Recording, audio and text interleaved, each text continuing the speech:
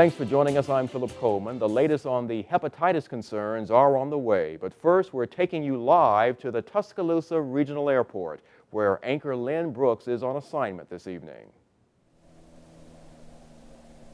I am live at the Tuscaloosa Regional Airport, where the 2012 air show is about to kick into high gear.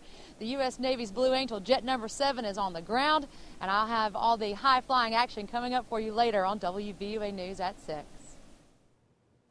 All right, thanks a lot, Lynn. Now, on your health watch, concerns about hepatitis A in West Alabama.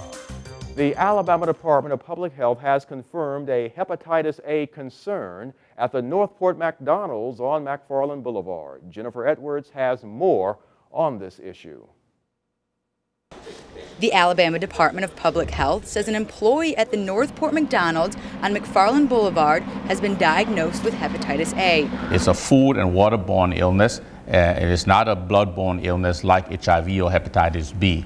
And people can get mild disease, or they can even get severe hepatitis requiring hospitalization, etc. Luckily, we have not found any more individuals in our community. There were actually no issues down with the facility itself, but the fact that this particular person actually was ill, and because even before you show symptoms of the infection, you can actually spread that infection. As a precaution, the health department is encouraging everyone who visited the Northport McDonald's on March 14th and during the morning hours on March 16th to get a hepatitis A vaccine by this Friday if you don't already have one.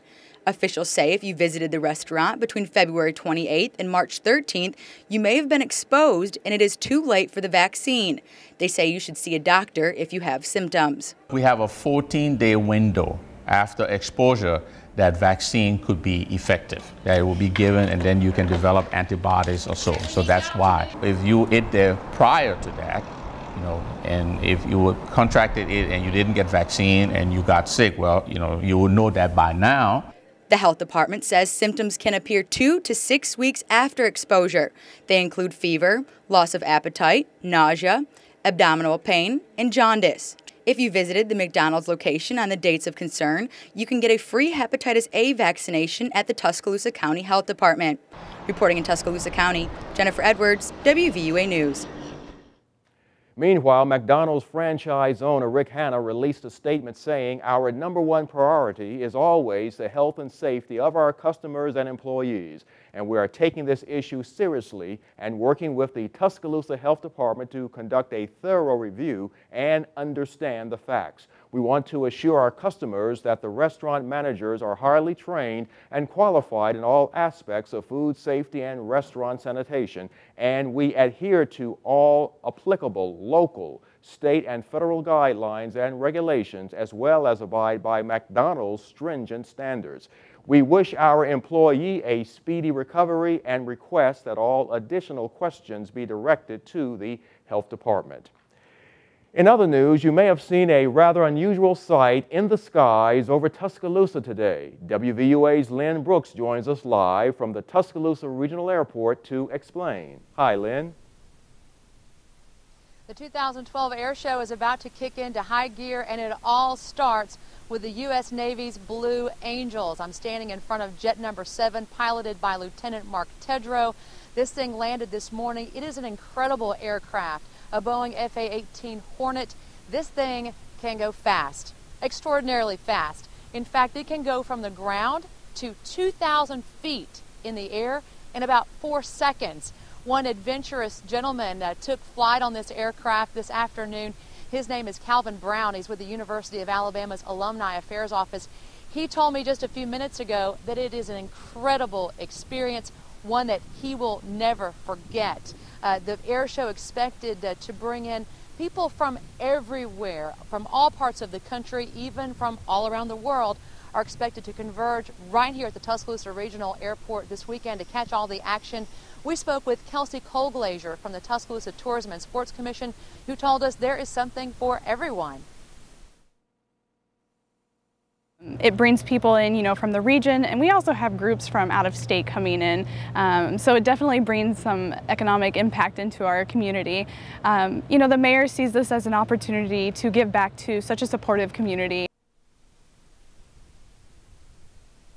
And your home team is not going to stay on the ground. Oh no, we're going to fly as well. Lots of folks that you know from WVUA are going to be above the skies of Tuscaloosa in the upcoming days.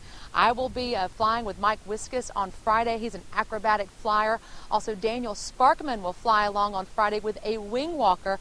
Then on Saturday, WVUA First at 4 anchor Danny Salter will fly with the Golden Knights. So WVUA bringing you unique home team coverage throughout this entire process leading up to the air show, and of course, all the highlights once it kicks off this weekend.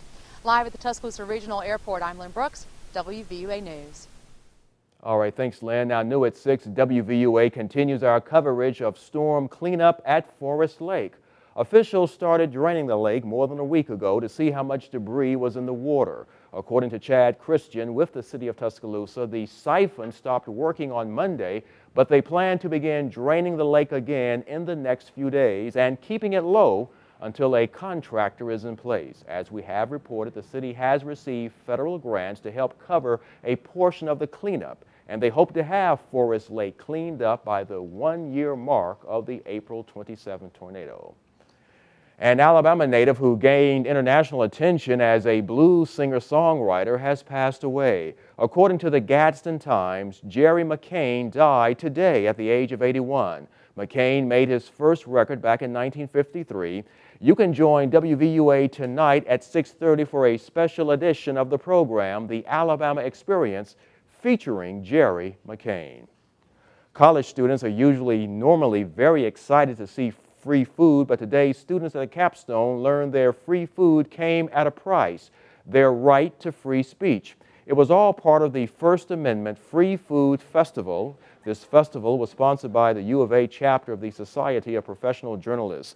They earned a free meal on the quad. Students had to, in turn, give up their First Amendment rights, like the right to free speech. Organizers say this helped the students to see the dangers of taking our rights for granted. Having the right to speak, having the right to pray, those are things that students take for granted every day. Most students would never think about pulling their Facebook up on their phone.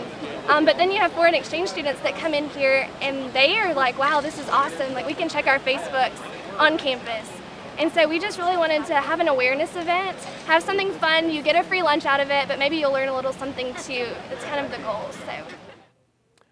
And this festival has been held on many colleges, campuses nationwide, 20 campuses to be exact, since the year 2006. It's the first to be held on the University of Alabama campus.